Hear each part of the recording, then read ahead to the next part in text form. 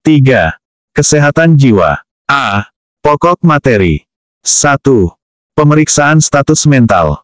2. Evaluasi kecerdasan emosional. 3. Ketahanan stres dan coping. 4. Stabilitas psikologis. 5. Pemeriksaan psikiatri. B. Ruang lingkup. 1. Pemeriksaan status mental. Kesadaran dan orientasi. Atensi dan konsentrasi. Memori. Fungsi eksekutif. Pemikiran dan persepsi. Mood dan afek. Soal ujian kesehatan, kebugaran fisik. Seleksi relawan Sarjana Penggerak Pembangunan Indonesia Badan Gizi Nasional 2025. A. Studi kasus analisis. 1. Relawan Sarjana Badan Gizi Nasional menemukan bahwa banyak remaja di daerah pegunungan memiliki VO max di bawah standar normal meskipun mereka biasa menempuh jarak jauh untuk ke sekolah. Ketika dilakukan pengkajian lebih lanjut, ditemukan bahwa konsumsi zat besi harian mereka hanya mencapai 30% dari angka kecukupan gizi atau AKG. Mekanisme yang paling tepat menjelaskan hubungan antara kedua temuan tersebut adalah A. Defisiensi zat besi menyebabkan penurunan sintesis ATP di mitokondria. B. Defisiensi zat besi menurunkan kadar hemoglobin sehingga mengurangi kapasitas pengangkutan oksigen. C. Defisiensi zat besi menghambat kontraktilitas otot jantung. D. Defisiensi zat besi meningkatkan viskositas darah sehingga menghambat aliran darah. E. Defisiensi zat besi menyebabkan vasokonstriksi pembuluh darah perifer. Jawaban yang tepat dari soal di atas adalah B. Pembahasan dari pertanyaan di atas yaitu, bahwa defisiensi zat besi berdampak langsung pada sintesis hemoglobin yang merupakan protein pengikat oksigen dalam sel darah merah. Kekurangan hemoglobin mengurangi kapasitas darah untuk mengangkut oksigen ke jaringan, termasuk otot yang aktif selama aktivitas fisik. Meskipun remaja tersebut terbiasa berjalan jauh atau yang seharusnya meningkatkan kapasitas kardiorespirasi, namun kapasitas fisiologis mereka untuk membawa oksigen atau yang diukur dengan VO max tetap rendah karena keterbatasan hemoglobin. Kondisi ini sejalan dengan temuan WHO atau 2020, yang menyatakan bahwa anemia defisiensi besi dapat menurunkan kapasitas kerja fisik hingga 30%. 2. Relawan Sarjana Badan Gizi Nasional melakukan asesmen kebugaran fisik pada kelompok pekerja perkebunan dan menemukan bahwa meskipun mereka memiliki kekuatan otot yang baik, namun menunjukkan daya tahan kardiorespirasi yang rendah. Hasil wawancara menunjukkan bahwa para pekerja tersebut mengonsumsi rokok rata-rata 10 batang per hari selama minimal 5 tahun. Dampak fisiologis dari kebiasaan merokok yang paling relevan dengan temuan tersebut adalah A. Peningkatan kadar karboksihemoglobin dalam darah yang mengurangi kapasitas pengangkutan oksigen. B. Kerusakan alveoli yang mengakibatkan penurunan luas permukaan pertukaran gas. C. Penebalan dinding pembuluh darah yang menyebabkan hipertensi. D. Peningkatan produksi mukus pada saluran pernapasan yang menyebabkan obstruksi. E. Penurunan elastisitas otot pernapasan yang menurunkan volume tidal. Jawaban yang tepat dari soal di atas adalah A. Pembahasan dari pertanyaan di atas yaitu, bahwa karbon monoksida atau CO dalam asap rokok memiliki afinitas terhadap hemoglobin yang 200-250 kali lebih kuat dibandingkan oksigen. Ikatan CO dengan hemoglobin membentuk karboksihemoglobin yang tidak dapat mengangkut oksigen, sehingga mengurangi kapasitas darah untuk mengangkut oksigen ke jaringan meskipun sistem kardiovaskular bekerja normal.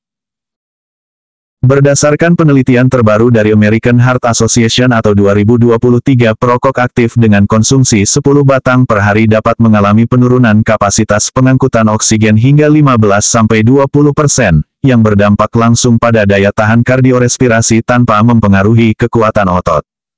3.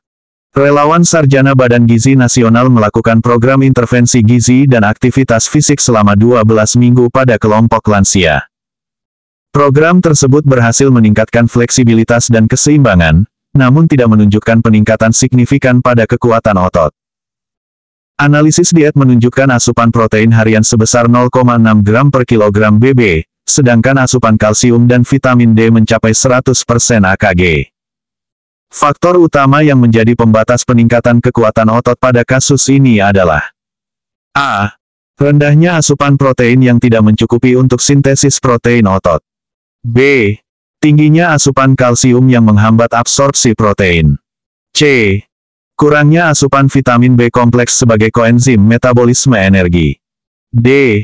Penurunan reseptor insulin pada lansia yang menghambat transportasi asam amino. E. Defisiensi zinc yang menghambat aktivitas enzim proteolitik. Jawaban yang tepat dari soal di atas adalah A. Pembahasan dari pertanyaan di atas yaitu, bahwa asupan protein sebesar 0,6 gram per kilogram BB, hari berada di bawah rekomendasi untuk lansia yang berpartisipasi dalam latihan resistensi. Menurut American College of Sports Medicine dan Position Stand dari International Society of Sports Nutrition atau 2024, lansia membutuhkan asupan protein 1,2-1,6 gram per kilogram BB, hari untuk mendukung hipertrofi otot dan peningkatan kekuatan, terutama jika disertai dengan latihan resistensi.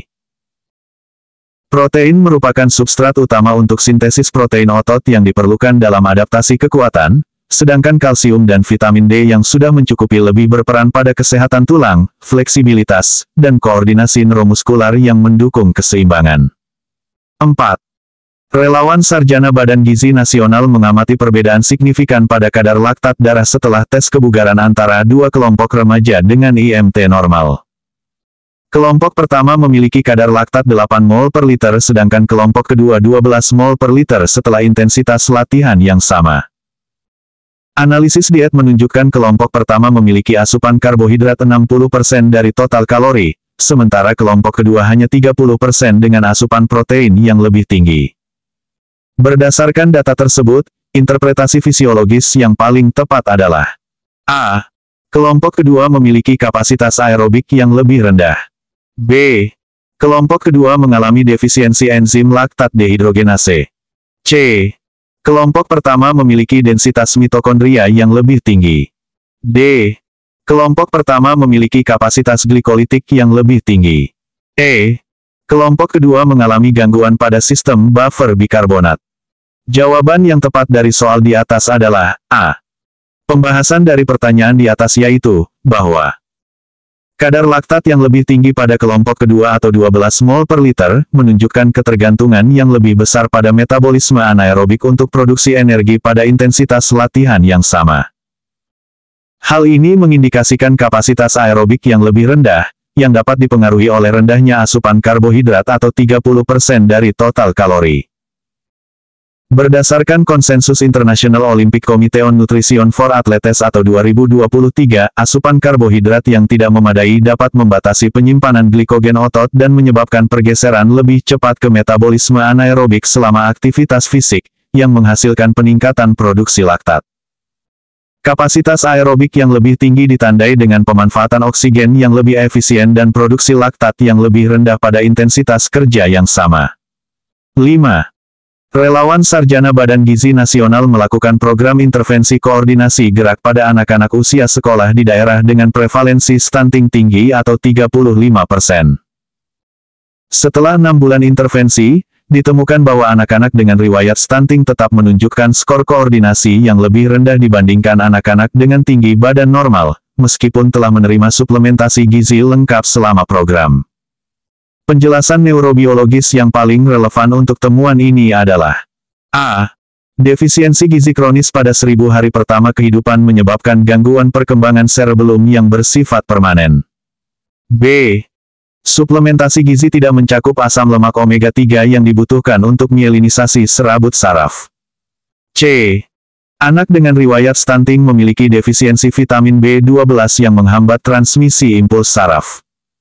D. Suplementasi belum mampu memperbaiki ketidakseimbangan neurotransmitter dopamin dan serotonin. E. Anak dengan riwayat stunting memiliki konsentrasi serum zinc yang lebih rendah yang menghambat aktivitas motorik. Jawaban yang tepat dari soal di atas adalah A. Pembahasan dari pertanyaan di atas yaitu, bahwa stunting yang terjadi pada periode 1000 hari pertama kehidupan atau dari konsepsi hingga usia 2 tahun, dapat menyebabkan gangguan perkembangan otak yang bersifat permanen, termasuk perkembangan cerebellum yang berperan penting dalam koordinasi motorik.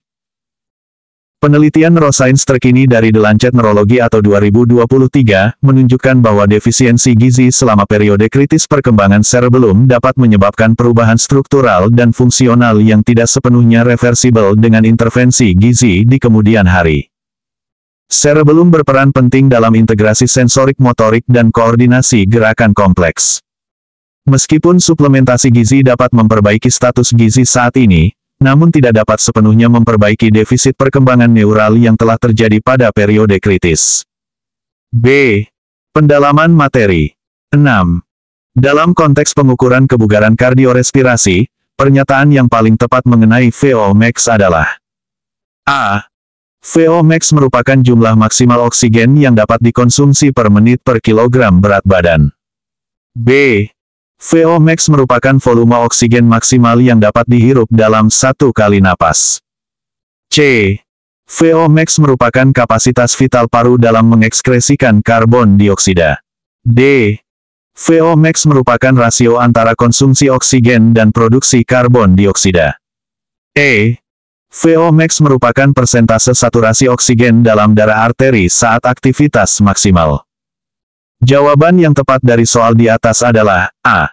Pembahasan dari pertanyaan di atas yaitu, bahwa VO max atau volume oksigen maksimal didefinisikan sebagai jumlah maksimal oksigen yang dapat dikonsumsi, diangkut, dan digunakan per menit per kilogram berat badan selama aktivitas fisik intensitas tinggi.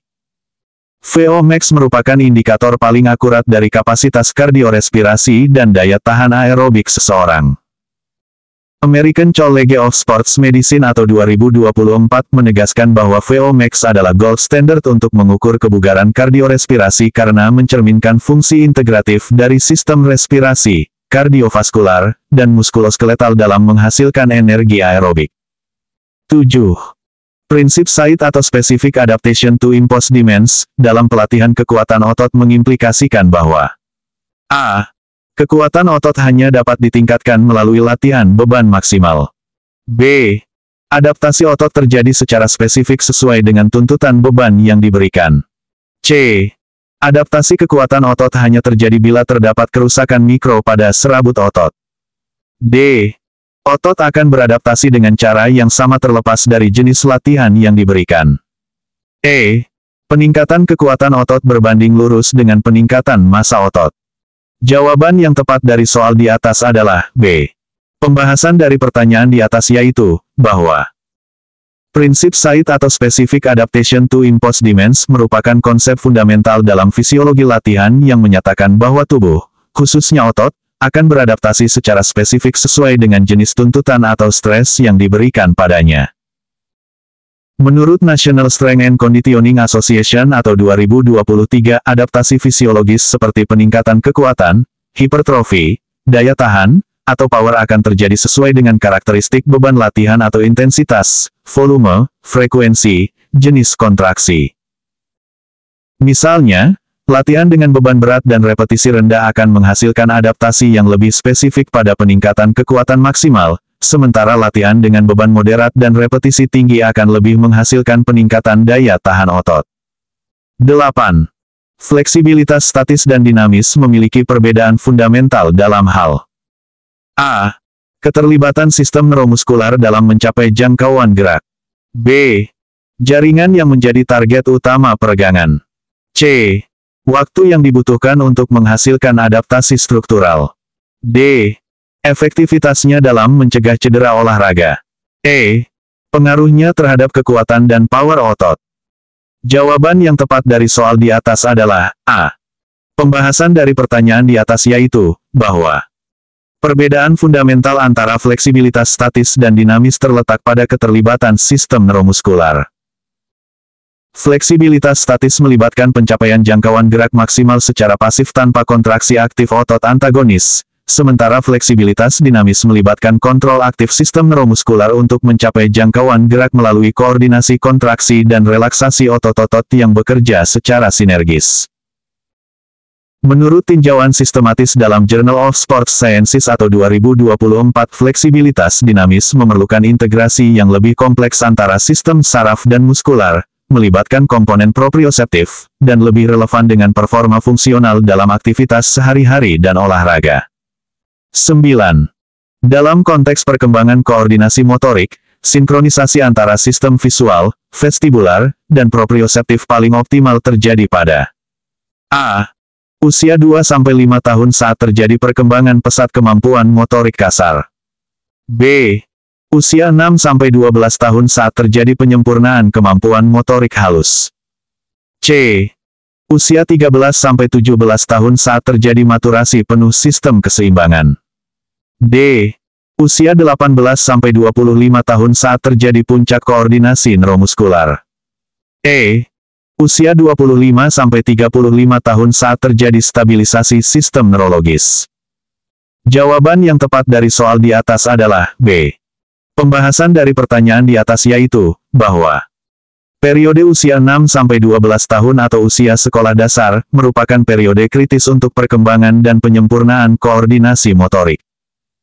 Pada fase ini terjadi sinkronisasi optimal antara sistem visual, vestibular, dan proprioseptif yang mendukung pembelajaran dan penguasaan keterampilan motorik kompleks. Berdasarkan penelitian dari International Journal of Developmental Neuroscience atau 2022, pada usia ini terjadi pematangan jalur kortikospinal, peningkatan efisiensi pemrosesan sensorik motorik di otak kecil, dan peningkatan kecepatan konduksi impuls saraf akibat mielinisasi yang hampir lengkap. Periode ini juga ditandai dengan plastisitas neural yang tinggi yang memungkinkan pembelajaran dan adaptasi motorik yang efisien. 10. Dalam pengukuran keseimbangan postural, Center of Pressure atau COP, dan Center of Mass atau COM, memiliki hubungan fisiologis yang ditandai dengan A. COP selalu berada di posisi yang sama dengan COM saat tubuh dalam keadaan seimbang statis. B. COP berfluktuasi di sekitar COM untuk mempertahankan keseimbangan dinamis. C. COP lebih stabil dibandingkan COM saat tubuh mengalami gangguan eksternal. D. COP dan COM bergerak dengan amplitudo yang sama namun dengan arah yang berlawanan. E. COP hanya aktif saat terjadi gangguan keseimbangan, sementara COM selalu aktif. Jawaban yang tepat dari soal di atas adalah B. Pembahasan dari pertanyaan di atas yaitu, bahwa Center of Pressure atau COP dan Center of Mass atau COM memiliki hubungan dinamis dalam kontrol keseimbangan postural. COP merepresentasikan titik aplikasi resultan gaya reaksi dari permukaan ke tubuh, sementara COM merepresentasikan titik berat tubuh. Dalam mempertahankan keseimbangan, sistem kontrol postural mengatur posisi COP untuk berfluktuasi di sekitar proyeksi vertikal COM. Menurut penelitian terkini dari Journal of Biomechanics atau 2023, fluktuasi COP yang terukur pada force platform merupakan output dari sistem kontrol postural yang berusaha menjaga COM tetap dalam base of support. Semakin besar tantangan keseimbangan, semakin besar fluktuasi COP yang diperlukan untuk stabilisasi COM, yang menunjukkan hubungan dinamis antara kedua parameter tersebut. 2. Evaluasi kecerdasan emosional. Kesadaran diri. Manajemen emosi, motivasi diri, empati, keterampilan sosial. Soal ujian kesehatan, evaluasi kecerdasan emosional. Seleksi relawan Sarjana Penggerak Pembangunan Indonesia Badan Gizi Nasional 2025. A. Studi KASUSANALISIS. 1. Relawan Sarjana Badan Gizi Nasional ditugaskan ke daerah terpencil dengan tingkat stunting tinggi. Saat melakukan asesmen awal, relawan tersebut menghadapi penolakan dari tokoh masyarakat yang marah dan menuduh program ini hanya formalitas tanpa dampak nyata. Dalam menghadapi situasi ini, bentuk kesadaran diri yang paling tepat untuk diaplikasikan oleh relawan adalah A. Merasa tersinggung dan segera menarik diri untuk menenangkan pikiran. B. Mengabaikan emosi negatif karena harus tetap profesional dalam segala situasi. C. Mengenali perasaan frustrasi yang muncul namun tetap tenang untuk mencari pendekatan alternatif. D. Menunjukkan posisi sebagai tenaga ahli dari pusat yang memiliki wewenang. E. Mengekspresikan kekecewaan secara terbuka untuk mendapatkan simpati masyarakat lain. Jawaban yang tepat dari soal di atas adalah C. Pembahasan dari pertanyaan di atas yaitu, bahwa Kesadaran diri yang tepat mencakup kemampuan mengenali emosi sendiri atau seperti frustrasi saat menghadapi penolakan, namun tetap mampu mengontrol respons dan mencari pendekatan alternatif. Penelitian terbaru tentang kecerdasan emosional dari Journal of Health Psychology atau 2024 menunjukkan bahwa tenaga kesehatan dengan kesadaran diri tinggi memiliki efektivitas 67% lebih baik dalam mengatasi konflik dengan masyarakat. Menurut teori Goleman, kesadaran diri bukan berarti menekan emosi atau opsi B, atau mengabaikannya atau opsi A, melainkan mengenali dan mengelolanya. 2. Relawan Sarjana Badan Gizi Nasional sedang mengkoordinasikan distribusi makanan tambahan bagi balita di wilayah pasca bencana. Program terhambat karena keterlambatan logistik dan masyarakat mulai menunjukkan kemarahan. Strategi manajemen emosi yang paling efektif dalam situasi ini adalah A.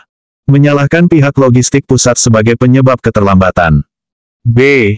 Menunjukkan kemarahan yang sama untuk menunjukkan solidaritas dengan masyarakat. C. Mengalihkan topik pembicaraan ke hal positif lain agar masyarakat lupa dengan permasalahan.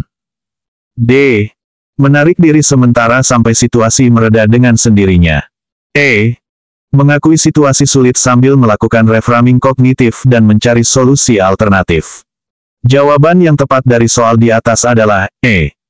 Pembahasan dari pertanyaan di atas yaitu, bahwa manajemen emosi yang efektif dalam situasi krisis melibatkan pengakuan terhadap realitas atau situasi sulit, melakukan reframing kognitif atau melihat masalah dari perspektif berbeda dan fokus pada solusi. Berdasarkan studi terbaru dari International Journal of Disaster Risk Reduction atau 2023, pendekatan ini meningkatkan kepercayaan masyarakat hingga 78% dalam situasi krisis dibandingkan dengan blame shifting atau opsi A, atau emotional mirroring atau opsi B. Teori regulasi emosi dari Gross menegaskan pentingnya reappraisal kognitif dibanding supresion atau opsi D, atau avoidance atau opsi C. 3. Relawan Sarjana Badan Gizi Nasional menghadapi hambatan saat menjalankan program edukasi gizi di daerah dengan tingkat partisipasi rendah. Setelah 2 bulan, capaian program masih jauh dari target. Dari perspektif motivasi diri, tindakan paling konstruktif adalah A. Menurunkan target program agar lebih mudah dicapai. B. Membandingkan hasil dengan daerah lain yang lebih rendah capaiannya. C. Mencari kesalahan pada masyarakat yang dianggap tidak kooperatif. D. Melakukan evaluasi proses, mengidentifikasi hambatan spesifik, dan mengembangkan strategi adaptif berbasis kekuatan lokal. E. Meminta rotasi tugas ke daerah lain yang dinilai lebih responsif. Jawaban yang tepat dari soal di atas adalah D. Pembahasan dari pertanyaan di atas yaitu, bahwa motivasi diri yang konstruktif tercermin dalam kemampuan melakukan evaluasi objektif, mengidentifikasi hambatan spesifik, dan mengembangkan strategi adaptif berbasis kekuatan lokal. Menurut penelitian dari Journal of Community Health atau 2024, pendekatan Asset-Based Community Development meningkatkan efektivitas program gizi hingga 65% dibandingkan pendekatan defisit based. Teori motivasi intrinsik dari Ryan dan Deci menunjukkan bahwa otonomi dalam mencari solusi atau opsi D, lebih efektif dibanding menurunkan standar atau opsi A, perbandingan sosial atau opsi B, atribusi eksternal atau opsi C, atau avoidance atau opsi E. 4. Relawan Sarjana Badan Gizi Nasional melakukan kunjungan ke keluarga dengan balita stunting yang menolak mengikuti program suplementasi gizi. Orang tua tampak cemas dan defensif saat ditanya tentang pola makan anak. Pendekatan yang mencerminkan empati paling tepat adalah A. Menjelaskan fakta ilmiah tentang bahaya stunting menggunakan statistik terbaru. B. Mendengarkan aktif, menvalidasi kekhawatiran orang tua, dan mengeksplorasi hambatan spesifik dari perspektif mereka. C. Menunjukkan contoh keberhasilan keluarga lain yang telah mengikuti program dengan patuh. D. Menegaskan konsekuensi hukum jika orang tua mengabaikan kesehatan gizi anak. E. Memberikan brosur informasi lengkap untuk dibaca sendiri oleh keluarga. Jawaban yang tepat dari soal di atas adalah B. Pembahasan dari pertanyaan di atas yaitu, bahwa empati yang efektif melibatkan kemampuan mendengarkan aktif, menvalidasi perasaan orang lain, dan memahami perspektif mereka. Studi dari Lancet Global Health atau 2023 menunjukkan bahwa pendekatan empatis meningkatkan kepatuhan program gizi hingga 73% dibandingkan pendekatan berbasis informasi saja atau opsi A dan E, atau pendekatan kursif atau opsi D. Menurut teori empati kognitif dan afektif, memahami perspektif orang tua dan validasi emosi mereka menciptakan ruang aman untuk eksplorasi hambatan yang dihadapi, yang merupakan prasyarat perubahan perilaku. 5. Relawan Sarjana Badan Gizi Nasional perlu berkoordinasi dengan berbagai pemangku kepentingan atau puskesmas, tokoh masyarakat, LSM, dan pemerintah desa untuk program intervensi stunting terpadu. Beberapa pihak menunjukkan ego sektoral dan sulit berkolaborasi. Pendekatan keterampilan sosial yang paling efektif adalah A. Mengutamakan koordinasi dengan pihak yang memiliki wewenang formal tertinggi. B. Berkomunikasi secara individual dengan masing-masing pihak untuk menghindari konflik terbuka. C. Memfasilitasi dialog multi-stakeholder, memetakan kepentingan bersama, dan membangun visi kolektif berbasis kebutuhan masyarakat. D. Menjalankan program secara mandiri untuk menghindari kompleksitas koordinasi. E. Menunggu inisiatif kolaborasi dari pemangku kepentingan lain. Jawaban yang tepat dari soal di atas adalah C. Pembahasan dari pertanyaan di atas yaitu, bahwa keterampilan sosial tingkat tinggi melibatkan kemampuan memfasilitasi dialog multi-stakeholder, mengidentifikasi kepentingan bersama, dan membangun visi kolektif. Penelitian dari Global Health Action atau 2024 menunjukkan bahwa pendekatan kolaboratif governance dalam program stunting meningkatkan efektivitas intervensi hingga 82% dibanding pendekatan silo atau opsi B dan D, atau hierarkis atau opsi A. Teori kolaboratif leadership menekankan pentingnya menciptakan ruang dialog untuk mengidentifikasi tujuan bersama dan membangun kepercayaan antar pemangku kepentingan, bukan menunggu inisiasi dari pihak lain atau opsi E. B. Pendalaman materi. 6. Kesadaran diri dalam konteks kecerdasan emosional didefinisikan sebagai A. Kemampuan untuk mengidentifikasi dan mengendalikan emosi negatif. B. Proses introspeksi untuk menemukan kelebihan diri sendiri. C. Kemampuan mengenali emosi, kekuatan, kelemahan, nilai, dan dampaknya terhadap diri dan orang lain. D. Keterampilan mengelola konflik internal untuk mencapai ketenangan. E. Kemampuan melakukan refleksi diri setelah mengalami kegagalan. Jawaban yang tepat dari soal di atas adalah C. Pembahasan dari pertanyaan di atas yaitu, bahwa kesadaran diri atau self-awareness dalam model kecerdasan emosional Goleman didefinisikan sebagai kemampuan mengenali emosi, kekuatan, kelemahan, nilai, dan dampaknya terhadap diri dan orang lain. Definisi ini lebih komprehensif dibanding opsi A yang hanya fokus pada emosi negatif, opsi B yang terbatas pada kelebihan diri, opsi D yang menekankan konflik internal, atau opsi E yang hanya berfokus pada refleksi pasca kegagalan. Meta-analisis terbaru dari Psychological Bulletin atau 2023 menegaskan bahwa kesadaran diri yang komprehensif merupakan prediktor terkuat atau R sama dengan 0,68 dari efektivitas kepemimpinan dalam konteks kesehatan masyarakat. 7. Manajemen emosi dalam konteks pekerjaan relawan sarjana Badan Gizi Nasional yang paling tepat didefinisikan sebagai A. Kemampuan menekan seluruh emosi negatif agar tidak mengganggu profesionalisme. B. Keterampilan mengendalikan dan mengekspresikan emosi secara tepat sesuai konteks sosial dan tujuan jangka panjang. C. Kemampuan untuk selalu menunjukkan emosi positif dalam situasi apapun. D. Proses mengabaikan respons emosional untuk fokus pada penyelesaian tugas. E.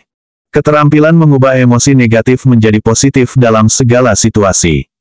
Jawaban yang tepat dari soal di atas adalah B. Pembahasan dari pertanyaan di atas yaitu, bahwa manajemen emosi yang efektif bukan berarti menekan atau opsi A, atau mengabaikan emosi atau opsi D, melainkan kemampuan mengendalikan dan mengekspresikan emosi secara tepat sesuai konteks. Penelitian dari Journal of Occupational Health Psychology atau 2023 menunjukkan bahwa emotional regulation yang adaptif atau bukan supresif, berhubungan dengan reduced burnout atau R sama dengan minus 0,64 pada tenaga kesehatan di daerah terpencil. Teori regulasi emosi kontemporer menekankan pentingnya konteks dan tujuan jangka panjang dalam menentukan strategi regulasi yang adaptif, bukan selalu menampilkan emosi positif atau opsi C, atau transformasi emosi atau opsi E, yang tidak selalu realistis. 8. Dalam konteks relawan sarjana Badan Gizi Nasional, motivasi diri yang paling tepat merujuk pada A. Dorongan untuk mencapai target kuantitatif program yang ditentukan pusat. B.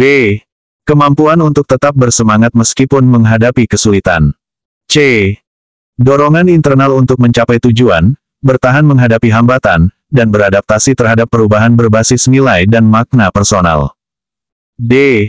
Keinginan untuk mendapatkan pengakuan dan penghargaan dari atasan. E. Kemampuan menetapkan target pribadi yang lebih tinggi dari standar minimum.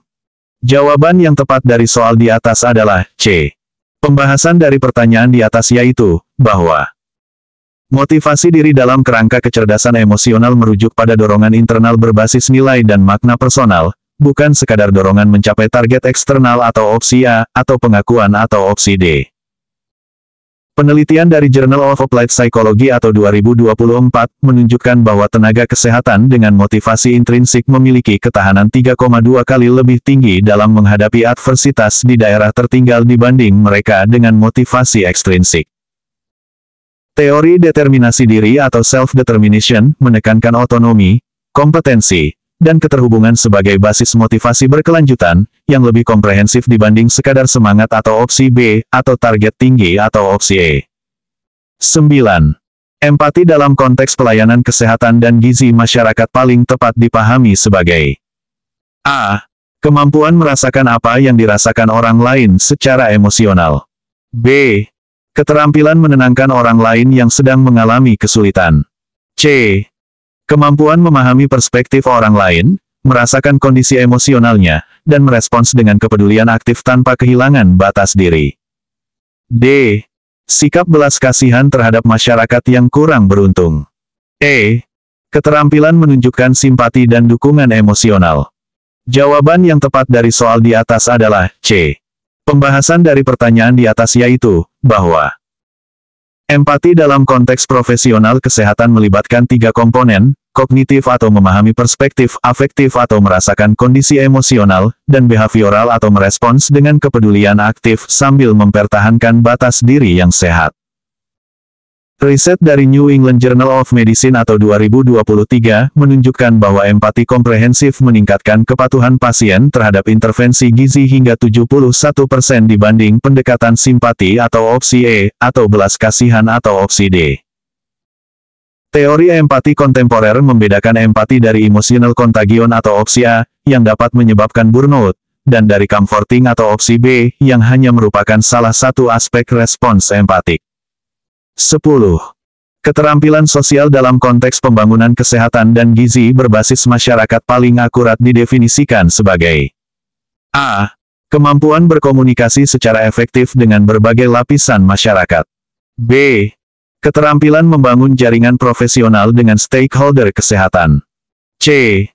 Kemampuan kompleks meliputi komunikasi efektif, mengelola konflik, membangun kolaborasi, mempengaruhi perubahan, dan memfasilitasi proses kelompok. D. Keterampilan presentasi dan public speaking dalam forum kesehatan. E.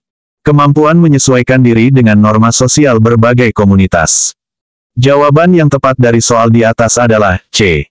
Pembahasan dari pertanyaan di atas yaitu, bahwa keterampilan sosial dalam konteks pembangunan kesehatan merupakan konstruk multidimensi yang mencakup komunikasi efektif atau opsi A, pengelolaan konflik, membangun kolaborasi, mempengaruhi perubahan, dan memfasilitasi proses kelompok. Studi dari WHO atau 2024 tentang Community Health Worker Competencies menekankan bahwa keterampilan sosial komprehensif merupakan prediktor utama keberlanjutan program gizi berbasis masyarakat atau Sustainable Community Based Nutrition Programs, bukan hanya kemampuan networking atau opsi B, presentasi atau opsi D, atau adaptasi kultural atau opsi E. Teori kapital sosial menegaskan pentingnya kombinasi keterampilan interpersonal dan fasilitasi proses kolektif dalam intervensi kesehatan masyarakat. 3. Ketahanan stres dan coping. Identifikasi stresor. Mekanisme pertahanan. Strategi coping adaptif. Resiliensi. Manajemen konflik. Soal ujian kesehatan. Seleksi relawan Sarjana Penggerak Pembangunan Indonesia Badan Gizi Nasional 2025. Ketahanan stres dan coping. A. Studi kasus analisis. 1. Relawan Sarjana Badan Gizi Nasional ditugaskan di daerah terpencil dengan akses terbatas dan harus menghadapi penolakan dari tokoh masyarakat terhadap program edukasi gizi. Setelah 1 bulan bekerja, relawan mulai menunjukkan gejala sulit tidur, mudah tersinggung, dan kehilangan motivasi. Berdasarkan analisis stresor, faktor yang paling mungkin berkontribusi terhadap kondisi tersebut adalah A. Stresor biologis berupa perubahan pola makan di daerah penugasan. B. Stresor psikologis berupa konflik interpersonal dengan rekan kerja. C. Stresor sosiokultural berupa hambatan komunikasi lintas budaya. D. Stresor okupasional berupa beban kerja yang tidak proporsional. E. Stresor lingkungan berupa kondisi geografis yang menantang. Jawaban yang tepat dari soal di atas adalah C. Pembahasan dari pertanyaan di atas yaitu, bahwa stresor sosiokultural berupa hambatan komunikasi lintas budaya merupakan faktor dominan dalam kasus ini. Penolakan dari tokoh masyarakat mencerminkan adanya kesenjangan pemahaman dan nilai budaya antara relawan dan masyarakat setempat. Menurut penelitian terkini tentang stres akulturasi atau BERI, 2019 individu yang bekerja dalam konteks lintas budaya menghadapi tantangan adaptasi yang signifikan, terutama ketika mengalami resistensi dari kelompok dominan di lingkungan baru.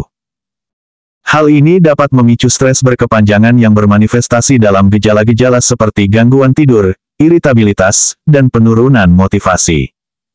2. Relawan Sarjana Badan Gizi Nasional menghadapi situasi di mana program intervensi gizi yang dirancangnya mengalami kegagalan di lapangan karena faktor eksternal yang tidak terprediksi.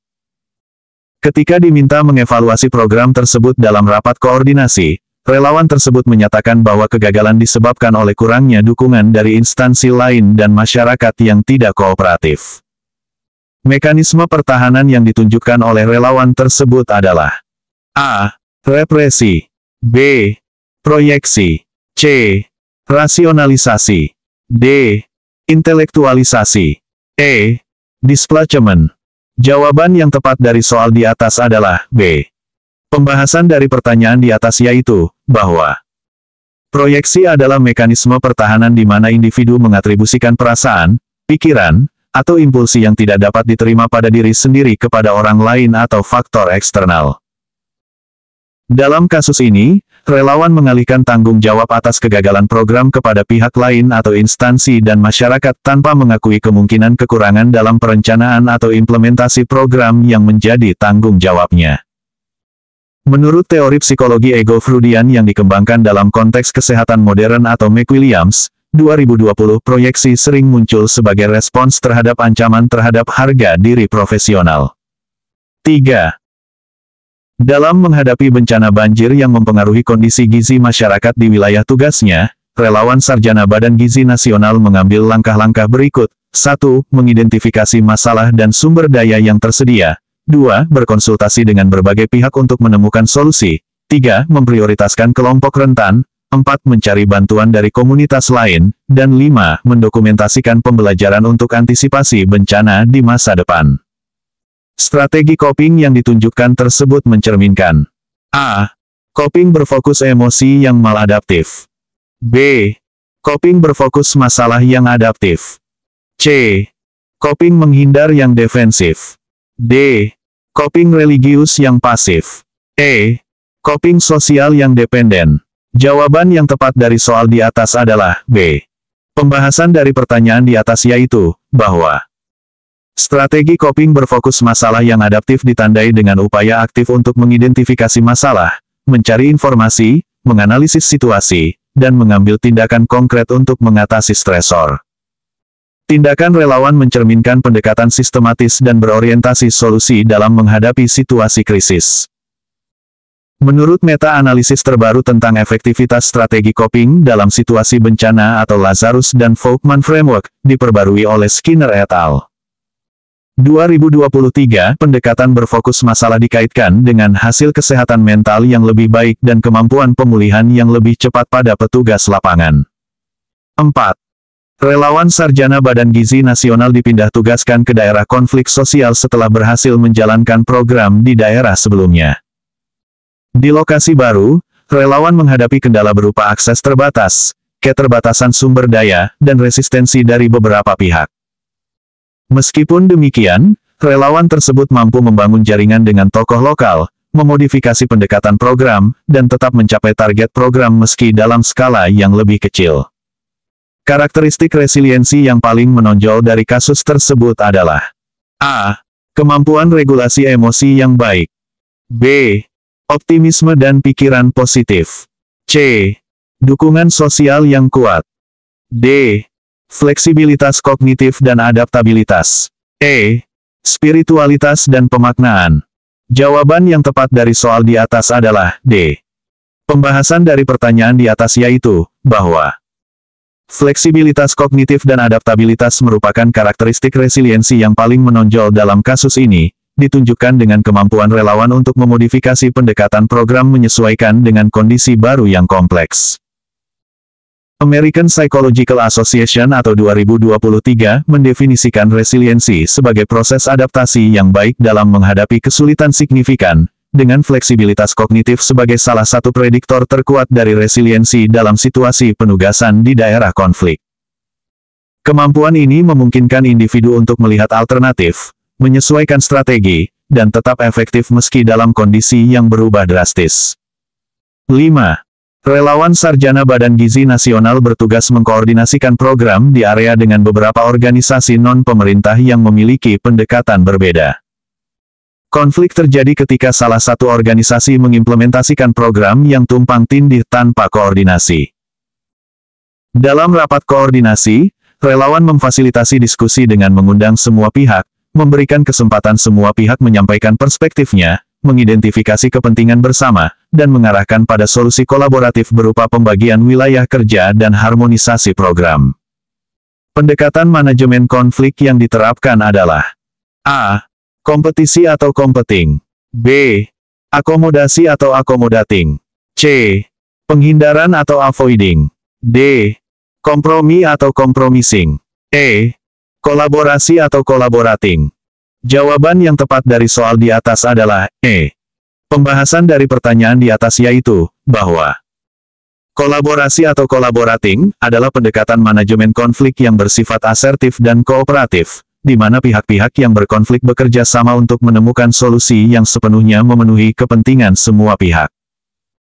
Pendekatan relawan mencerminkan proses kolaboratif dengan melibatkan semua pihak, menggali kepentingan mendasar, dan mengembangkan solusi yang mengintegrasikan kebutuhan semua pihak. Berdasarkan model Thomas Kilmann Conflict Mode yang diperbarui dalam konteks kerja kemanusiaan atau World Health Organization, 2024 pendekatan kolaboratif sangat efektif untuk konflik organisasional dalam program kesehatan masyarakat karena menciptakan nilai tambah melalui sinergi. B. Pendalaman materi. 6.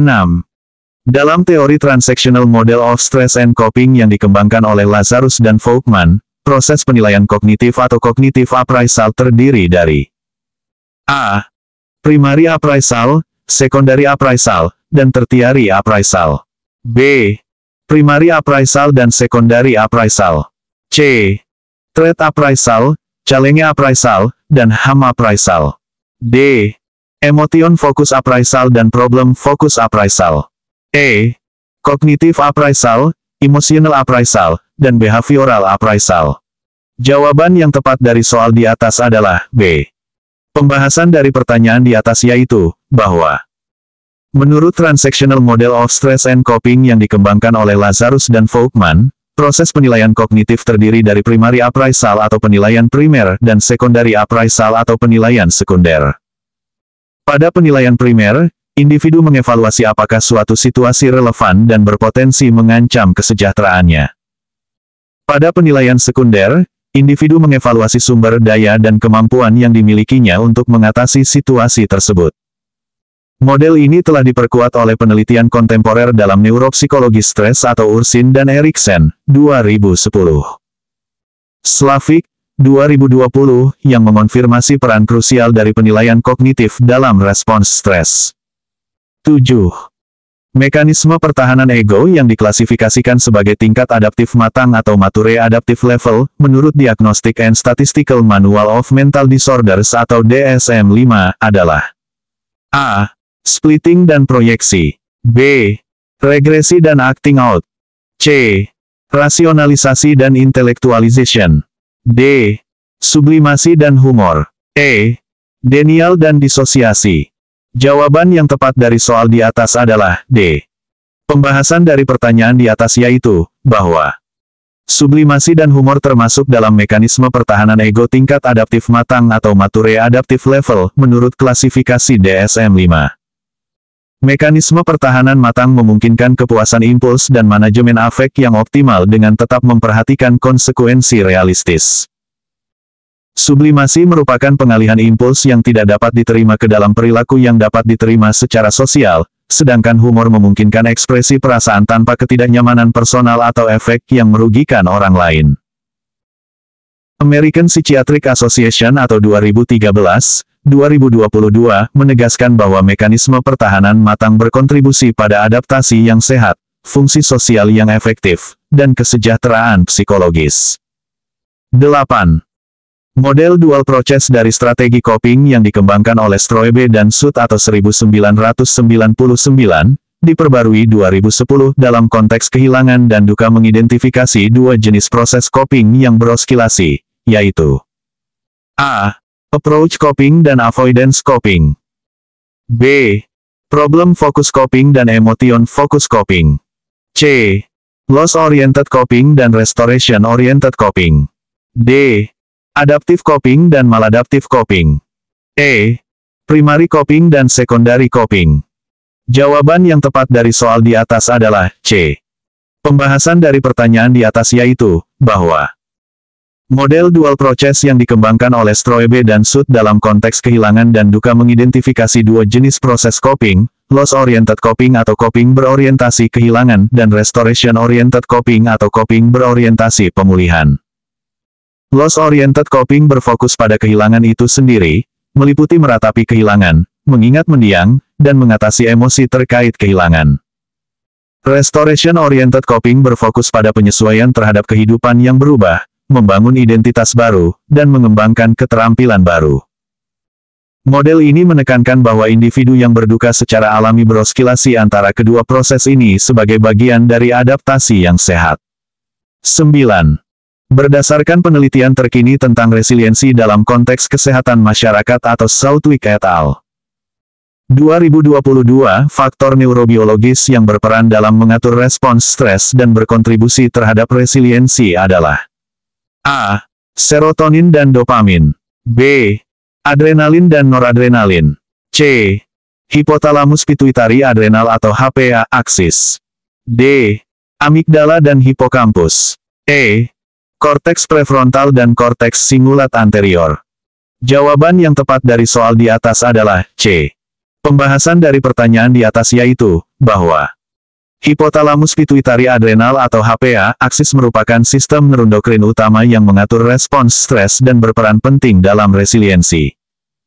HPA aksis mengkoordinasikan pelepasan hormon stres seperti kortisol yang mempengaruhi berbagai sistem dalam tubuh. Penelitian neurobiologis terkini menunjukkan bahwa individu yang resilient memiliki kemampuan untuk secara efektif meregulasi aktivitas HPA aksis, menunjukkan respons kortisol yang lebih adaptif terhadap stresor dan pemulihan yang lebih cepat ke level basal. Regulasi HPA aksis yang efektif berkorelasi dengan kapasitas resiliensi yang lebih tinggi dalam konteks kesehatan masyarakat, terutama bagi petugas yang bekerja dalam situasi krisis. 10. Dalam teori manajemen konflik, model 5 Stages of Conflict Process, yang dikembangkan oleh Pondey atau 1967, dan diperbarui oleh Thomas atau 2023, mengidentifikasi tahapan konflik sebagai berikut. A. Konflik laten, konflik terasa, konflik termanifestasi, resolusi konflik, dan aftermath. B. Inisiasi, eskalasi, deeskalasi, resolusi, dan rekonsiliasi. C. Forming, storming, norming, performing, dan adjourning. D. Kompetisi, kolaborasi, kompromi, akomodasi, dan penghindaran. E. Diagnosis, intervensi, implementasi, evaluasi, dan terminasi. Jawaban yang tepat dari soal di atas adalah A. Pembahasan dari pertanyaan di atas yaitu, bahwa model 5 Stages of Conflict Process, yang dikembangkan oleh Pondey dan diperbarui dalam konteks organisasional kontemporer mengidentifikasi 5 tahapan konflik, konflik laten atau kondisi yang berpotensi menimbulkan konflik terasa atau persepsi dan emosi terkait konflik termanifestasi atau konflik yang diekspresikan dalam perilaku, resolusi konflik atau penyelesaian konflik dan aftermath atau konsekuensi jangka panjang dari konflik dan resolusinya. Memahami tahapan ini penting bagi profesional kesehatan masyarakat untuk mengidentifikasi titik intervensi yang optimal dalam manajemen konflik di lingkungan kerja dan komunitas. 4. Stabilitas psikologis. Konsistensi respons emosional. Kontrol impuls. Toleransi frustrasi. Adaptabilitas. Regulasi diri. Soal ujian kesehatan mental. Seleksi relawan Sarjana Penggerak Pembangunan Indonesia Badan Gizi Nasional 2025. Stabilitas psikologis. A. Studi kasus analisis. 1. Relawan Sarjana Badan Gizi Nasional ditugaskan di daerah terpencil dengan akses terbatas, fasilitas minimum, dan jauh dari keluarga. Setelah 3 bulan bertugas, relawan tersebut mulai merasakan kelelahan, sulit tidur, dan menurunnya motivasi kerja. Pendekatan regulasi diri yang paling efektif untuk mengatasi situasi ini adalah A. Mengajukan permohonan pindah lokasi tugas ke daerah yang lebih nyaman. B. Menetapkan rutinitas harian yang terstruktur dan menyediakan waktu untuk aktivitas pemulihan diri. C. Mengurangi beban kerja secara signifikan dengan mendelegasikan sebagian besar tugas. D. Mengambil cuti panjang untuk kembali ke daerah asal dan memulihkan diri. E. Fokus sepenuhnya pada pekerjaan untuk mengalihkan pikiran dari kondisi yang sulit. Jawaban yang tepat dari soal di atas adalah B. Pembahasan dari pertanyaan di atas yaitu, bahwa menetapkan rutinitas harian yang terstruktur dan menyediakan waktu untuk aktivitas pemulihan diri merupakan strategi regulasi diri yang efektif dalam mengatasi stres dan kelelahan. Pendekatan ini membantu mempertahankan keseimbangan antara tuntutan pekerjaan dan kebutuhan pemulihan psikologis, sesuai dengan penelitian tentang self-care dan resiliensi pekerja di daerah terpencil atau WHO, 2022. Rutinitas terstruktur meningkatkan prediktabilitas dan rasa kontrol, sementara aktivitas pemulihan membantu mencegah burnout. 2. Dalam menjalankan program gizi untuk masyarakat prasejahtera, relawan Sarjana Badan Gizi Nasional menghadapi penolakan keras dari sebagian warga yang terpengaruh hoaks tentang bahan fortifikasi pada makanan tambahan. Saat warga berkumpul dan mulai melontarkan tuduhan, strategi kontrol impuls yang paling tepat adalah A. Menanggapi tuduhan dengan nada defensif dan menjelaskan kesalahan warga secara tegas. B. Segera meninggalkan lokasi untuk menghindari konfrontasi yang berpotensi memanas. C. Menarik napas dalam, mendengarkan aktif, dan merespons dengan tenang berdasarkan fakta ilmiah. D. Meminta bantuan aparat keamanan untuk mengendalikan situasi. E. Membatalkan program di daerah tersebut dan melanjutkan di daerah lain yang lebih kooperatif. Jawaban yang tepat dari soal di atas adalah C. Pembahasan dari pertanyaan di atas yaitu, bahwa menarik napas dalam, mendengarkan aktif, dan merespons dengan tenang berdasarkan fakta ilmiah menunjukkan kontrol impuls yang baik dalam situasi konfrontatif. Pendekatan ini sejalan dengan teknik regulasi emosi yang direkomendasikan oleh American Psychological Association atau 2023 dalam penanganan konflik komunitas. Strategi ini memungkinkan relawan untuk mengelola reaksi emosional spontan, menenangkan diri, memahami kekhawatiran masyarakat, dan memberikan respons yang konstruktif berdasarkan fakta. 3.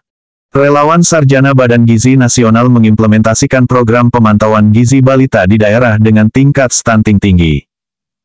Setelah 6 bulan kerja intensif, hasil evaluasi menunjukkan perbaikan minimal yang jauh di bawah target. Respons emosional yang paling konsisten dan adaptif adalah A. Merasa frustrasi dan menyalahkan ketidakpatuhan masyarakat sebagai penyebab kegagalan program. B. Mengakui kekecewaan, menganalisis faktor penghambat, dan menyesuaikan strategi intervensi. C.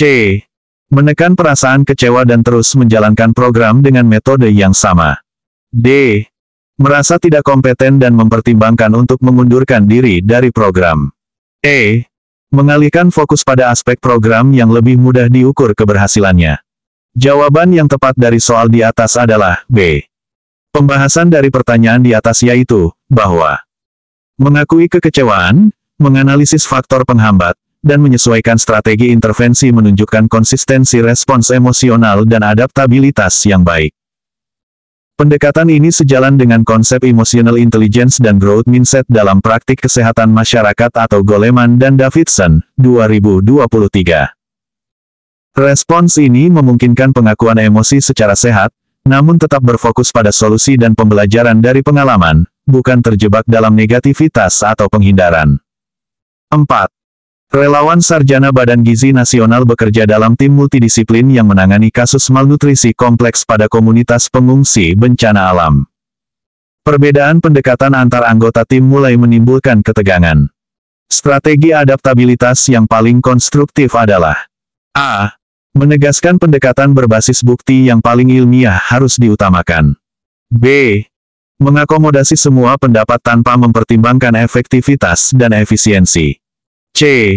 Memahami kekuatan masing-masing pendekatan, mengintegrasikan perspektif berbeda, dan mengembangkan solusi komprehensif.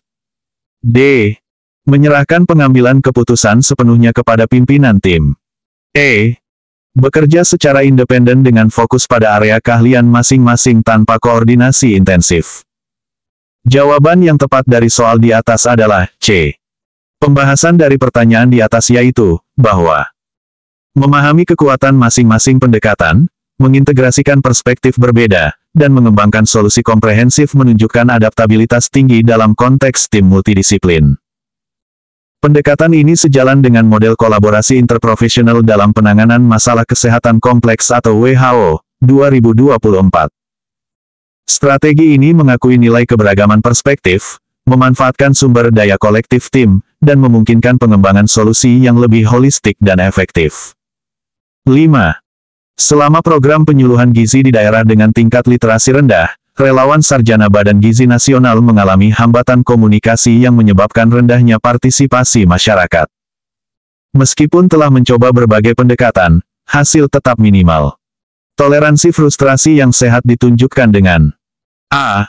Meneruskan pendekatan yang sama dengan harapan masyarakat akan terbiasa seiring waktu. B. Mengakui keterbatasan pendekatan saat ini, mencari masukan dari tokoh masyarakat, dan mengembangkan metode komunikasi visual yang lebih sesuai konteks lokal. C. Menurunkan standar keberhasilan program untuk mengurangi tekanan psikologis. D. Melaporkan ketidakmampuan masyarakat mengikuti program kepada atasan. E. Menyalahkan keterbatasan sumber daya sebagai alasan kegagalan program. Jawaban yang tepat dari soal di atas adalah B. Pembahasan dari pertanyaan di atas yaitu, bahwa mengakui keterbatasan pendekatan saat ini, mencari masukan dari tokoh masyarakat, dan mengembangkan metode komunikasi visual yang lebih sesuai konteks lokal menunjukkan toleransi frustrasi yang sehat. Pendekatan ini sejalan dengan prinsip Community-Based Participatory Research dalam intervensi kesehatan masyarakat atau National Institutes of Health, 2023. Respons ini mengakui tantangan tanpa menyerah, mencari solusi inovatif, dan melibatkan komunitas dalam proses adaptasi program. B. Pendalaman materi. 6. Konsep konsistensi respons emosional dalam konteks stabilitas psikologis paling tepat didefinisikan sebagai A. Kemampuan menampilkan emosi yang sama dalam semua situasi. B. Kecenderungan untuk menekan semua ekspresi emosi negatif. C. Kemampuan mengenali, mengelola, dan mengekspresikan emosi secara proporsional dengan situasi. D. Keterampilan memprediksi reaksi emosional orang lain dengan akurat. E. Kapasitas untuk memblokir pengaruh eksternal terhadap kondisi emosional. Jawaban yang tepat dari soal di atas adalah C. Pembahasan dari pertanyaan di atas yaitu, bahwa Konsistensi respons emosional dalam konteks stabilitas psikologis merujuk pada kemampuan mengenali, mengelola, dan mengekspresikan emosi secara proporsional dengan situasi, bukan menampilkan emosi yang sama di semua situasi atau menekan emosi negatif. Menurut Gross atau 2023, dalam teori regulasi emosi, konsistensi respons emosional melibatkan fleksibilitas dan proporsionalitas respons terhadap konteks, sambil mempertahankan keseimbangan emosional internal. 7. Komponen utama dalam proses kontrol impuls yang efektif meliputi A. Penundaan kepuasan, kesadaran diri, evaluasi konsekuensi, dan implementasi strategi pengendalian. B. Penindasan keinginan, pengabaian stimulus, dan penghindaran situasi pemicu. C. Analisis kognitif tanpa melibatkan komponen emosional dalam pengambilan keputusan. D. Pengalihan perhatian dan substitusi aktivitas tanpa mengatasi dorongan dasar. E. Pemberian hadiah segera setelah mengatasi dorongan impulsif. Jawaban yang tepat dari soal di atas adalah A. Pembahasan dari pertanyaan di atas yaitu, bahwa kontrol impuls yang efektif melibatkan penundaan kepuasan atau delay of gratification, kesadaran diri terhadap pemicu dan reaksi atau self-awareness, evaluasi konsekuensi jangka pendek dan panjang, serta implementasi strategi pengendalian. Berdasarkan penelitian terkini dari American Psychological Association atau 2024, kontrol impuls bukan sekadar penindasan keinginan, tetapi proses kompleks yang melibatkan integrasi fungsi kognitif, emosional, dan perilaku untuk mengelola respons impulsif. 8. Toleransi frustrasi dalam konteks kesehatan mental profesional paling akurat didefinisikan sebagai A. Kemampuan menghindari semua situasi yang berpotensi menimbulkan frustrasi. B. Kapasitas untuk menerima dan mengatasi rintangan, kekecewaan, atau penundaan tanpa respons maladaptif. C. Keterampilan mengabaikan emosi negatif dan fokus semata-mata pada tugas. D. Kemampuan menjelaskan secara rasional semua sumber frustrasi tanpa mengatasi emosi. E. Kapasitas untuk bekerja tanpa istirahat meskipun menghadapi rintangan signifikan. Jawaban yang tepat dari soal di atas adalah B. Pembahasan dari pertanyaan di atas yaitu, bahwa toleransi frustrasi dalam konteks kesehatan mental profesional merujuk pada kapasitas untuk menerima dan mengatasi rintangan, kekecewaan, atau penundaan tanpa respons maladaptif. Menurut Linehan atau 2023, dalam Dialectical Behavior Therapy, toleransi frustrasi melibatkan kemampuan menghadapi situasi tidak menyenangkan tanpa melarikan diri, menghindari, atau memperburuk situasi, sambil tetap mempertahankan keseimbangan emosional dan berorientasi pada solusi. 9. Adaptabilitas psikologis dalam konteks pekerjaan dengan komunitas beragam paling komprehensif diartikan sebagai A. Kemampuan mengubah keyakinan dan nilai dasar sesuai lingkungan. B. Keterampilan menyesuaikan respons emosional, kognitif, dan perilaku terhadap tuntutan situasi beragam sambil mempertahankan tujuan utama. C. Kapasitas untuk mengadopsi semua praktik budaya lokal tanpa evaluasi kritis. D. Kemampuan menurunkan ekspektasi profesional saat menghadapi tantangan kontekstual. E. Keterampilan mendominasi interaksi untuk menegakkan standar profesional. Jawaban yang tepat dari soal di atas adalah B.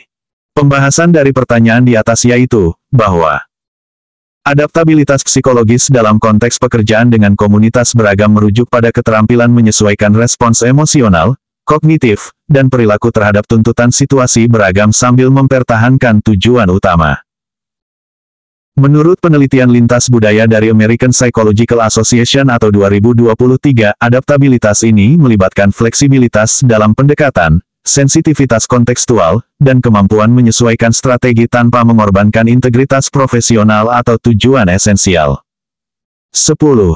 Regulasi diri dalam konteks kerja dengan tekanan tinggi dan sumber daya terbatas paling tepat dicirikan oleh A. Pengelolaan waktu yang kaku tanpa mempertimbangkan perubahan prioritas. B. Kemampuan menyeimbangkan tuntutan pekerjaan dengan pemulihan diri, menetapkan batasan yang sehat, dan mengelola energi secara strategis. C.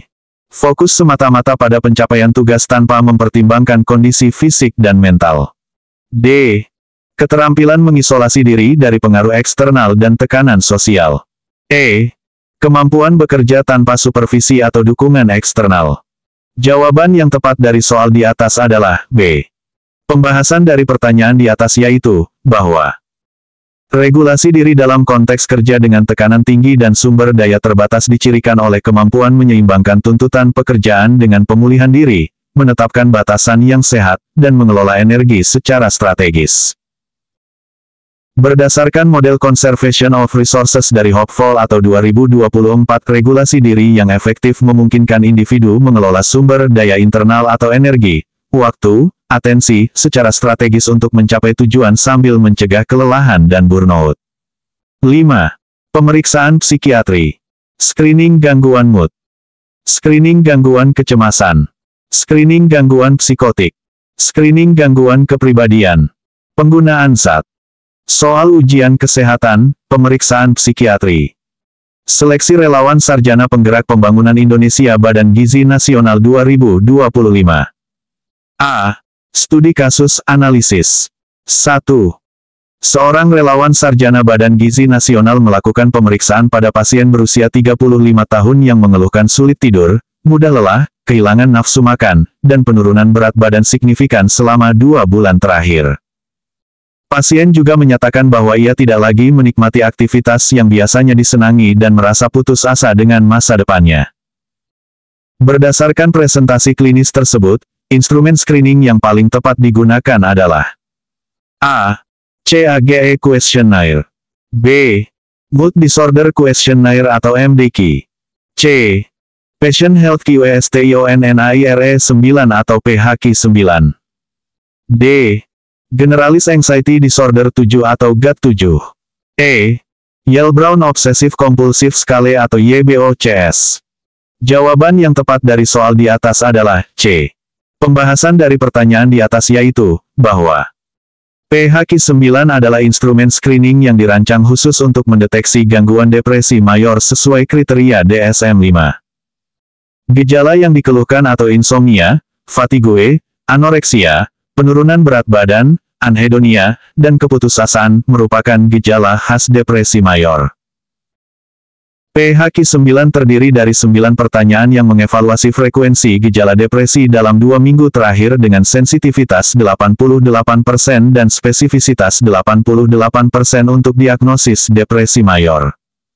2. Relawan sarjana Badan Gizi Nasional sedang melakukan pemeriksaan psikiatri pada remaja usia 17 tahun di sebuah SMA. Remaja tersebut menunjukkan gejala khawatir berlebihan tentang berbagai hal, gelisah, sulit berkonsentrasi, mudah tersinggung, dan ketegangan otot yang mengganggu aktivitas sehari-hari. Gejala tersebut telah berlangsung selama 7 bulan. Berdasarkan algoritma screening gangguan kecemasan, langkah yang paling tepat adalah A. Merujuk segera ke psikiater tanpa melakukan screening awal. B.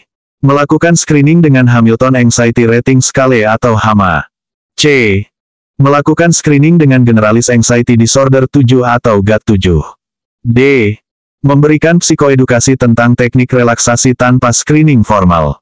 E. Menganggap gejala sebagai bagian normal dari stres akademik remaja. Jawaban yang tepat dari soal di atas adalah C. Pembahasan dari pertanyaan di atas yaitu, bahwa GAD-7 adalah instrumen screening yang divalidasi untuk gangguan kecemasan umum atau GAD, dengan sensitivitas 89% dan spesifisitas 82%. Gejala yang ditunjukkan remaja tersebut atau kekhawatiran berlebihan, kegelisahan, sulit konsentrasi, iritabilitas, dan ketegangan otot, yang berlangsung lebih dari 6 bulan merupakan gejala khas GAD sesuai kriteria DSM-5. GAD-7 terdiri dari 7 pertanyaan yang mengevaluasi frekuensi gejala kecemasan dalam 2 minggu terakhir dan cocok digunakan dalam setting screening komunitas. 3. Relawan sarjana Badan Gizi Nasional melakukan screening kesehatan mental pada seorang petani berusia 40 tahun. Petani tersebut mengeluhkan bahwa ia dapat mendengar suara-suara yang mengomentari perilakunya dan meyakini bahwa pemerintah memantau aktivitasnya melalui peralatan pertanian. Ia juga menunjukkan penurunan ekspresi emosi dan penarikan sosial. Instrumen screening yang paling sesuai untuk kasus ini adalah A. Positive and Negative Syndrome Scale atau PANSS. B. Brief Psychiatric Rating Scale atau BPRS. C. Psychosis Screening Questionnaire atau PSQ. D. Structured Interview for Prodromal Syndromes atau SIPS. E. Scale for the Assessment of Negative Symptoms atau SANS. Jawaban yang tepat dari soal di atas adalah C. Pembahasan dari pertanyaan di atas yaitu, bahwa Psychosis Screening Questionnaire atau PSQ adalah instrumen screening yang dirancang untuk mendeteksi gejala psikotik di komunitas umum dengan sensitivitas 90% dan spesifisitas 95%. PSQ terdiri dari 5 pertanyaan yang mencakup halusinasi, delusi, dan gangguan pikiran. Petani tersebut menunjukkan gejala halusinasi auditorik atau mendengar suara yang mengomentari, dan delusi paranoid atau keyakinan dipantau pemerintah yang merupakan gejala khas gangguan psikotik. PSQ lebih sesuai untuk screening awal di komunitas dibandingkan PANSS atau BPRS yang lebih komprehensif dan biasanya digunakan untuk penilaian klinis di setting spesialis. 4.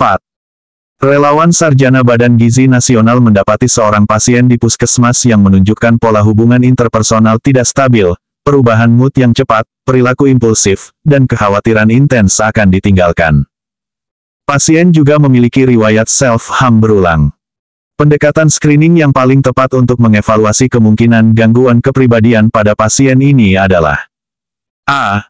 Minnesota Multiphasic Personality Inventory atau MMPI-2. B. McLean Screening Instrument for Borderline Personality Disorder atau MCBPD. C. Personality Diagnostic Questionnaire 4 atau PDQ-4. D. Structured Clinical Interview for DSM-5 Personality Disorders atau SCID-5PD. E. Big Five Inventory atau BFI. Jawaban yang tepat dari soal di atas adalah B. Pembahasan dari pertanyaan di atas yaitu, bahwa McLean Screening Instrument for Borderline Personality Disorder atau MCBPD adalah instrumen screening yang dirancang khusus untuk mendeteksi gangguan kepribadian ambang borderline dengan sensitivitas 81% dan spesifisitas 85%. Gejala yang ditunjukkan pasien atau hubungan interpersonal tidak stabil, perubahan mood cepat, impulsivitas, ketakutan ditinggalkan, dan self-harm merupakan gejala khas gangguan kepribadian borderline sesuai kriteria DSM-5. MCBPD terdiri dari 10 pertanyaan ya tidak yang mencakup 9 kriteria diagnostik gangguan kepribadian borderline dan lebih praktis digunakan dalam setting screening dibandingkan MMPI-2 atau SCID-5PD yang lebih komprehensif. 5. Relawan Sarjana Badan Gizi Nasional melakukan screening kesehatan di sebuah kampus. Seorang mahasiswa berusia 20 tahun mengakui bahwa ia mengonsumsi zat tertentu untuk mengatasi tekanan ujian. Mahasiswa tersebut menunjukkan tanda-tanda toleransi atau membutuhkan dosis lebih tinggi, withdrawal saat tidak menggunakan, dan tetap mengonsumsi meskipun menyadari dampak negatifnya terhadap kesehatan dan akademik. Instrumen screening yang paling tepat untuk mengevaluasi kondisi ini adalah A. CAGE Questionnaire. B. Alcohol Use Disorders Identification Test atau Audit. C. Drug Abuse Screening Test atau DAST-10. D. Addiction Severity Index atau ASI. E. Michigan Alcoholism Screening Test atau MAST. Jawaban yang tepat dari soal di atas adalah C. Pembahasan dari pertanyaan di atas yaitu, bahwa Drug Abuse Screening Test atau DAST-10 adalah instrumen screening singkat yang dirancang untuk mengidentifikasi penyalahgunaan zat selain alkohol dengan sensitivitas 89% dan spesifisitas 68%. Mahasiswa tersebut menunjukkan tanda-tanda gangguan penggunaan zat atau substance use disorder sesuai kriteria DSM-5, yaitu toleransi, withdrawal, dan penggunaan berlanjut meskipun menyadari konsekuensi negatif. DAST-10 terdiri dari 10 pertanyaan ya tidak yang mengevaluasi konsekuensi dan masalah terkait penggunaan zat dalam 12 bulan terakhir dan lebih sesuai dibandingkan audit atau MAST yang spesifik untuk alkohol. B. Pendalaman materi. 6. Dalam melakukan screening gangguan mood bipolar, relawan Sarjana Badan Gizi Nasional perlu memahami perbedaan episode manik dan hipomanik. Perbedaan utama antara episode manik dan hipomanik adalah A. Episode manik harus berlangsung minimal 2 minggu, sedangkan hipomanik minimal 4 hari. B. Episode manik menyebabkan gangguan fungsi yang signifikan, sedangkan hipomanik tidak. C. Episode manik selalu disertai gejala psikotik, sedangkan hipomanik tidak. D. Episode manik hanya terjadi pada gangguan bipolar tipe 1, sedangkan hipomanik hanya pada tipe 2. E. Episode manik selalu memerlukan rawat inap, sedangkan hipomanik tidak. Jawaban yang tepat dari soal di atas adalah B. Pembahasan dari pertanyaan di atas yaitu, bahwa berdasarkan kriteria DSM-5, perbedaan utama antara episode manik dan hipomanik adalah tingkat keparahan dan dampak fungsional. Episode manik menyebabkan gangguan fungsi yang signifikan dalam bidang sosial, pekerjaan, atau memerlukan rawat inap, sementara episode hipomanik tidak menyebabkan gangguan fungsi yang bermakna. Kriteria durasi untuk episode manik minimal 1 minggu atau bukan 2 minggu, dan hipomanik minimal 4 hari. Episode manik dapat disertai gejala psikotik, tetapi tidak selalu, sedangkan hipomanik tidak disertai gejala psikotik. Episode manik tipikal pada gangguan bipolar tipe 1, sedangkan hipomanik dapat terjadi pada tipe 1 dan 2. 7. Relawan Sarjana Badan Gizi Nasional perlu memahami karakteristik berbagai gangguan kecemasan untuk melakukan screening yang tepat. Karakteristik yang membedakan gangguan kecemasan umum atau Generalized Anxiety Disorder, GAD, dari gangguan kecemasan lainnya adalah A. Ketakutan yang dipicu oleh stimulus spesifik. B. Serangan panik berulang dengan gejala fisik akut. C. Kekhawatiran berlebihan tentang berbagai hal yang berlangsung minimal 6 bulan. D. Ketakutan akan situasi sosial dan evaluasi negatif dari orang lain. E. Pikiran intrusif yang diikuti perilaku kompulsif untuk menetralisir kecemasan. Jawaban yang tepat dari soal di atas adalah C. Pembahasan dari pertanyaan di atas yaitu, bahwa berdasarkan DSM-5, karakteristik utama GAD adalah kekhawatiran berlebihan dan tidak terkontrol tentang berbagai hal aktivitas yang berlangsung minimal 6 bulan, disertai gejala seperti gelisah, mudah lelah, sulit konsentrasi, iritabilitas, ketegangan otot, dan gangguan tidur.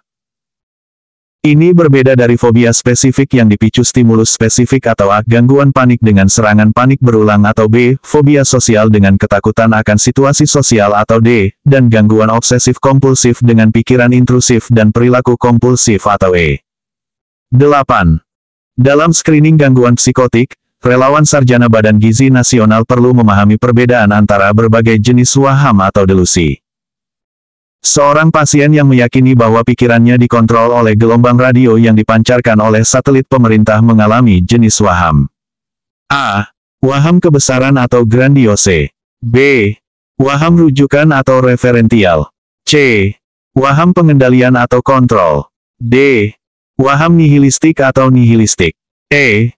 Waham cemburu atau jealousy. Jawaban yang tepat dari soal di atas adalah C. Pembahasan dari pertanyaan di atas yaitu, bahwa waham pengendalian atau delusion of control adalah keyakinan bahwa pikiran, perasaan, atau perilaku seseorang dikendalikan oleh kekuatan eksternal. Keyakinan bahwa pikiran dikontrol oleh gelombang radio satelit pemerintah merupakan contoh klasik waham pengendalian. Waham kebesaran atau A melibatkan keyakinan memiliki kekuatan, pengetahuan, atau status luar biasa. Waham rujukan atau B, adalah keyakinan bahwa peristiwa, objek, atau orang lain memiliki arti khusus ditujukan untuk diri sendiri. Waham nihilistik atau D, melibatkan keyakinan bahwa diri sendiri, orang lain, atau dunia tidak ada akan hancur.